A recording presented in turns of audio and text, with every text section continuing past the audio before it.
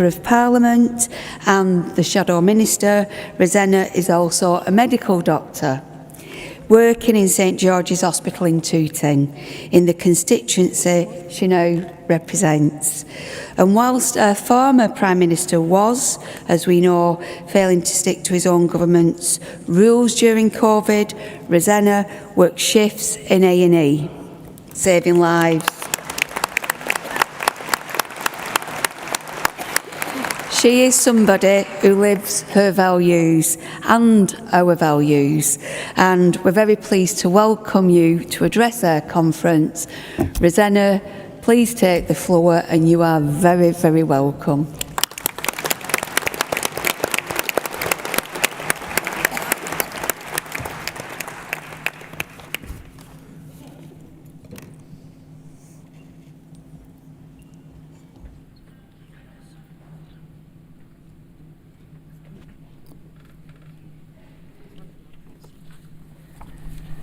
Thank you, conference. I am thrilled to be here. I'm Rosanna Khan. I am proud to serve the people of Tooting as their MP, and I am the Shadow Cabinet Minister for Mental Health. But most proudly, I am an NHS worker, like so many of you in here today. Thank you.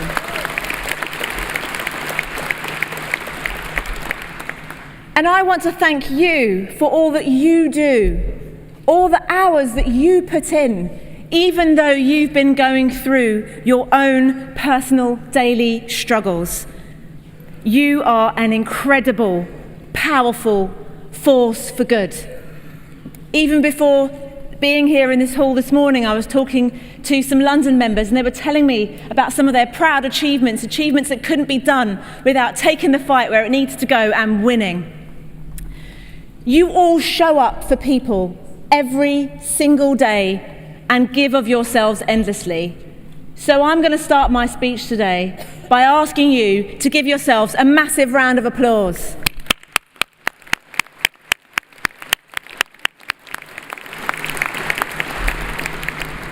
We have come such a long way when it comes to talking about mental health. But how many people here today have faced poor mental health and been reluctant to call their boss and tell them? How many people have said they have a migraine or a bad tummy rather than phoning into work and admitting the truth? Mental health is core business for trade unions. And as a proud NHS doctor, and whenever I'm able to, I put on my scrubs, I turn up and do my shifts at my local A&E, and I want to talk a bit about our NHS today in my speech. But firstly, I want to say something about UNISON. Oh, Christina, under your leadership, UNISON continues to be a great force for justice and equality. It's 30 years since UNISON was created from the merger of other unions. Over 1 million members, like you here today, joining hands to build a better workplace and a better world. For 30 years, UNISON has fought for its members, helped countless workers, and helped working people claim a fair share within the economy. But you've also campaigned for greater equality in our society, leading the way on anti-racism, on tackling sexism and misogyny, on fighting homophobia and transphobia, and campaigning for rights and access for people with disabilities. My mum is Polish, and my father Pakistani, and I was born in Tooting. And I know the cruel sting of racism. I've experienced everyday sexism in the House of Commons, and I'm also ashamed to say, in the NHS as well. I see working class kids in my community denied opportunities, being told not to try, being kept in their place, just like I was, told that a girl like me would never amount to anything, and I should never reach for the stars, and I was never going to get into medical school. When we were growing up, my mum worked 3 jobs just to feed us kids. Winters without heating, just about surviving.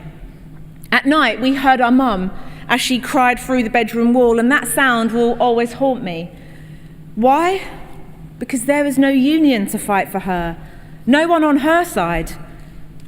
Tonight here in Liverpool, all over the UK, there will be kids burying their heads in their pillows to muffle the sound of their mum's tears. Don't tell me we don't need unions. That's why the trade union movement is so vital.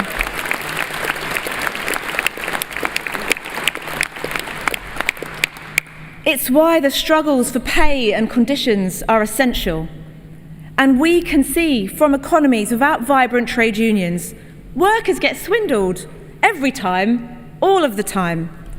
And we saw that during the pandemic, didn't we?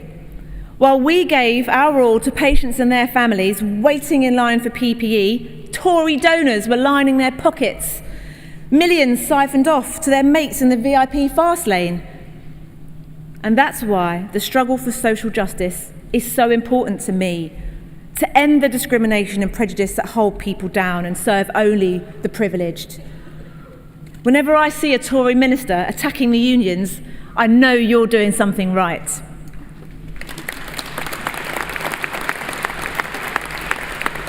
They're scared of your power. They're scared of your potential. And I know they represent a different class, a different set of values. And I know, in the words of the old song, I know which side I'm on. And conference, it has never been more important to pick a side. We're experiencing a cost of living crisis which is hammering the poorest hardest. Children who shivered through the winter under blankets because their heating was turned off. People turning up to food banks because prices in supermarkets are soaring. People sold a dream of home ownership, staring in disbelief at their mortgage bill hitting the stratosphere. Families in overcrowded and damp flats with landlords ramping up rents and ignoring pleas for repairs. I see it in my surgeries, on the streets, and in our A&E. And I know that you do too.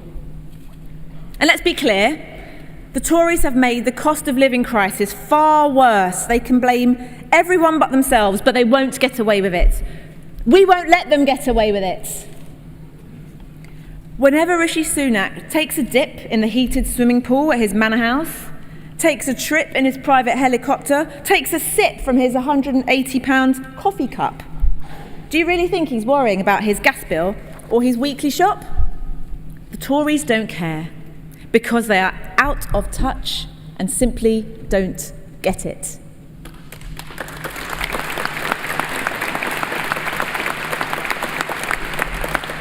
Now, I know the Tory civil war is endlessly entertaining. It's tempting to reach for the popcorn and sit there and watch it all unfold. Whenever Johnson's people attack Sunak's people, and Nadine Dorries, whenever she pops up on the TV to slam her own leader, and yet another Tory MP announcing they're quitting.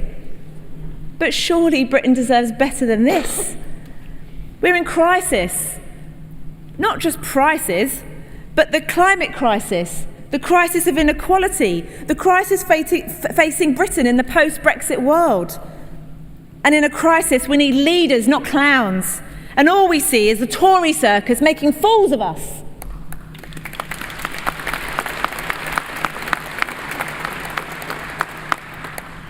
Nowhere is the crisis more keenly felt than in the NHS. I see it every day. Queues in A&E, NHS staff in tears of frustration, a system powered by compassion but pushed to the edge, patients crying at rock bottom, parents begging for help for their children, but the cavalry unable to come. Emergency service workers took more than 1 million sick days because of poor mental health last year. Across the NHS, 6 million days are lost each year to mental health. And we all know this would be much higher without our unions supporting staff. No one's work should make them anxious and ill. Everyone should have rewarding and fulfilling work, including the NHS workers who bring us into this world and hold our hands as we leave it. And there will be people in this hall who have been made ill because of their work. People whose mental health and well-being has been damaged because of stress, workload, and lack of resources. This is the greatest generation of NHS workers, the people who got us through COVID at huge personal cost. Many gave their lives to save others. You will all know people in the caring services who sacrificed themselves to save others as well. I remember the carers helping me and my little girls wave to my dad in his care home. It still pains me today that we were not allowed to visit during the pandemic, and like many of you will know in here, when you have a parent with dementia and you can't see them for a year, you worry that you've lost those most precious moments, those last memories, those last points of connection. And the carers were his family for so long. I remember the NHS staff I saw lying on ventilators when I worked in the intensive care unit in hospitals. People like you and I, who'd gone in to save lives, but it cost them their lives. We held the hands of people taking their final breaths, with family not allowed to visit. It was us who provided solace to those terrified people. It was you and the people that you support. And now we know, as the country suffered, the Tories partied. This week, the COVID inquiry has begun, and the true scale of suffering will be recorded, and the true scale of Tory mismanagement will be investigated, and at last we will hear the truth. Thank you. The next Labour government will rescue and rebuild the NHS. Keir Starmer has made it one of his 5 missions for government. We will make the NHS fit for the future, investing in expanding its workforce and implementing reforms to modernise and renew it. Every year in early July, we celebrate the founding of the NHS, what Nye Bevin called the most civilised thing in the world. But things have changed since 1948. We have seen breathtaking advances in medicine, in technology, in social attitudes too. The NHS of tomorrow must remain true to its founding principles, treatment at the point of need. But it is so important that we tackle the root causes of ill health: poverty, poor housing, polluted air, unhealthy food, overwork and stress. We need a system which prevents ill health, which allows us all to live longer lives and be healthier for longer, no matter our social class or what we do for a living. We must end the scar of health inequalities, which mean that poor people die decades before affluent ones.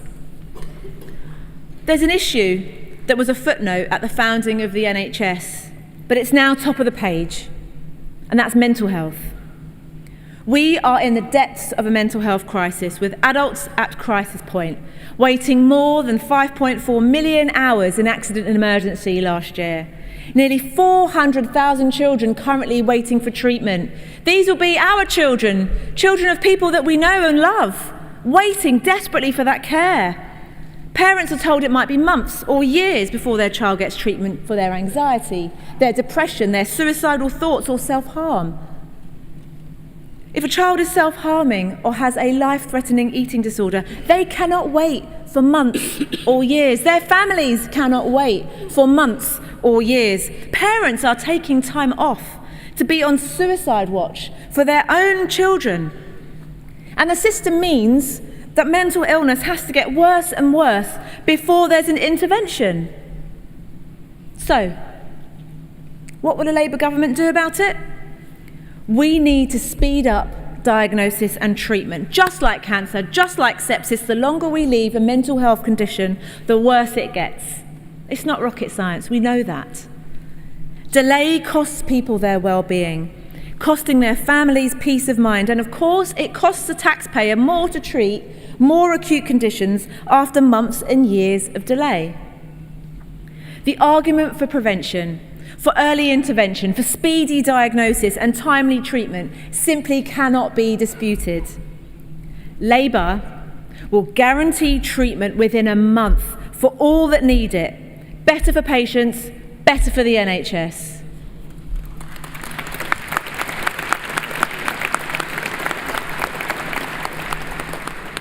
Next, we need a tough new target for delivery, something for the whole system to drive for, something for the voters to truly judge us on. Labour will recruit thousands of new staff so that we can meet this target and deliver treatment within a month. We will reach out to our young people to give the next generation the support they so desperately need, so they have a feeling of hope when they look into their future. Achieving this by putting an open access mental health hub for children and young people in every single community, providing early intervention drop-in services. I know from talking to young people, this is desperately needed. We will stop mental health policy being placed in a silo.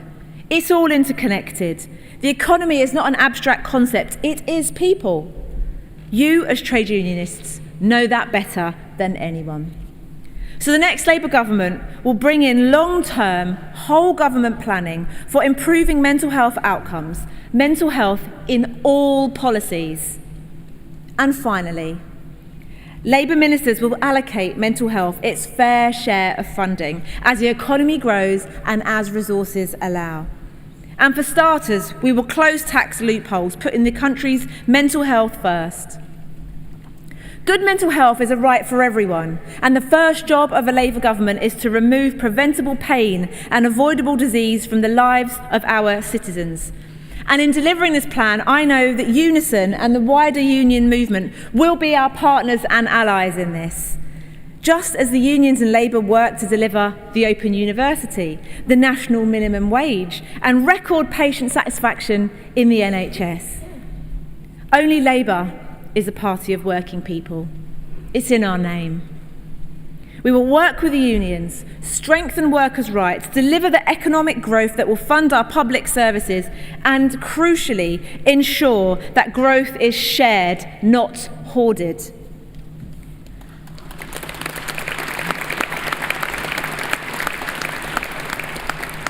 And we will place internationalism back at the heart of government. I've worked as a doctor in Palestinian refugee camps. I've trained doctors and taken medical aid to Ukraine. I've treated HIV patients in Kenya. And I know that we cannot live apart from the world. We must be an open country, welcoming to refugees, celebrating the immigrants who live, work and study here.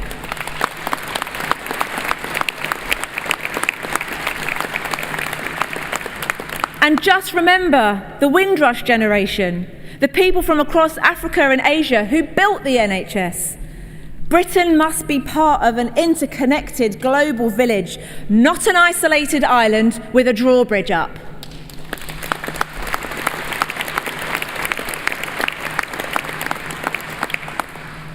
The Tories may be imploding, but the election is not a done deal. Voters are making their minds up. Labour has an electoral mountain to climb, but climb it we must. UNISON and the trade unions have been steadfast in opposing Tory dogma and exposing Tory lies.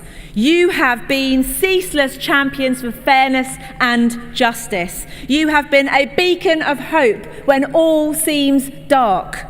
You are a true friend to Labour, and I'm proud to count myself a true friend of UNISON.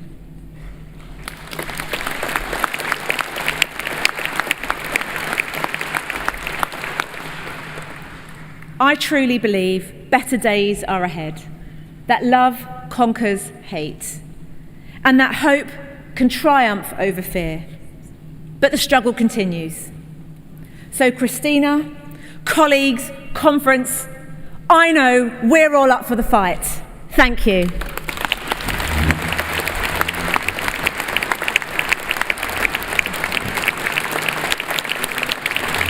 Thank you very much. Thank you very much.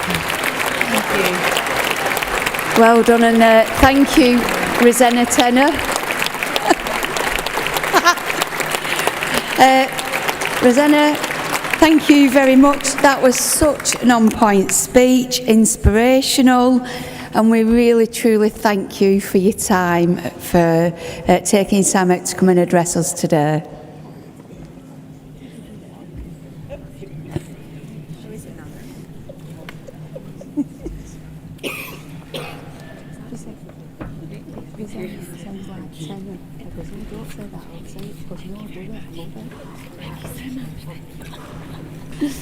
Thank you. See you later.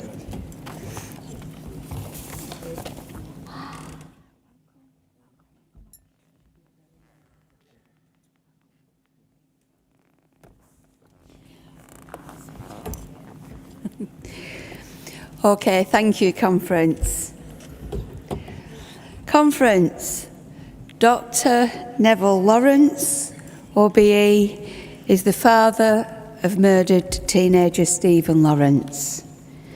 The tireless campaigning by Dr. and Baroness Lawrence resulted in the conviction of the son's killers 18 years after the crime had taken place. Through their bringing about change in the double jeopardy laws, their work led to the groundbreaking Macpherson judicial inquiry into the police investigation into Stephen's death. The Macpherson's inquiry into the death of Stephen was the first to officially conclude that the Metropolitan Police were institutionally racist. UNISON was the only union to submit evidence and highlight institutional racism in the Metropolitan Police. In the past year, Dr. Lawrence has spoken out against institutional racism, misogyny and homophobia in the Metropolitan Police following Louise Casey's report, stating that the lack of change over the past 30 years disrespected his family's loss. In the year of the Black Worker, and in memory of the last 30 years of your loss of Stephen, we are so proud to be able to present Neville with honorary membership of UNISON. We're humbled and honoured.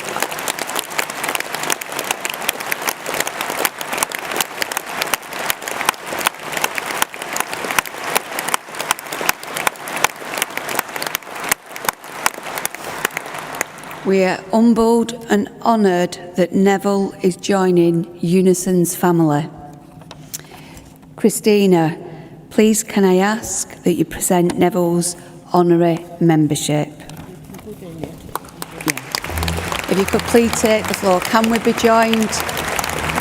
Can I also call Kevin Manu, National Chair of the National Black Members Committee, and Gloria Mills, if you could participate in the photograph, please.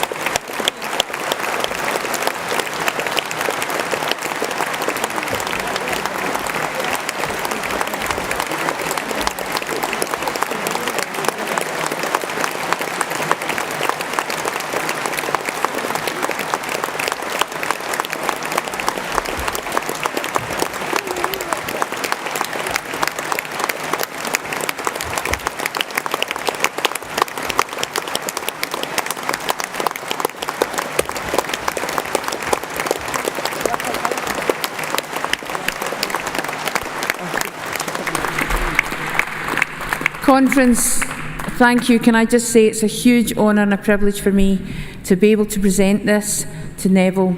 I know there's a long history of UNISON working with you and with Doreen, and it's a huge honour for us that you will now have honorary membership of UNISON. So thank you.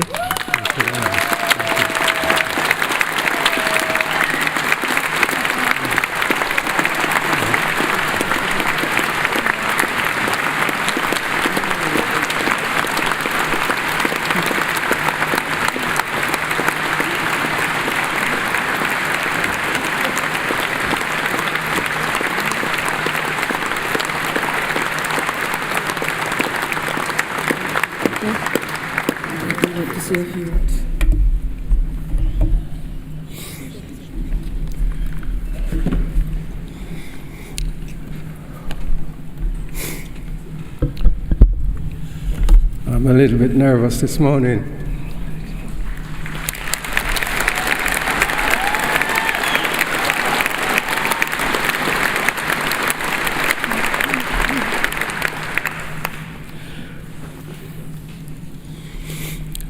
Thank you, UNISON, for the honorary member of UNISON.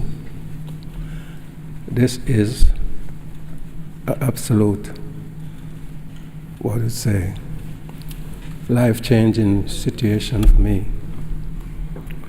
From the staying of my son, Stephen, was murdered. The black members came to my house one morning and said to me, "We will help you. We need you to get involved in the union." And I remember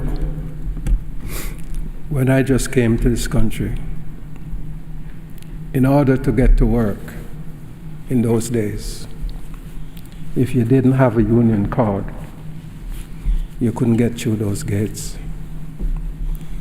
And here I was again, going to the unions to try and help me to get the people who had murdered my son convicted.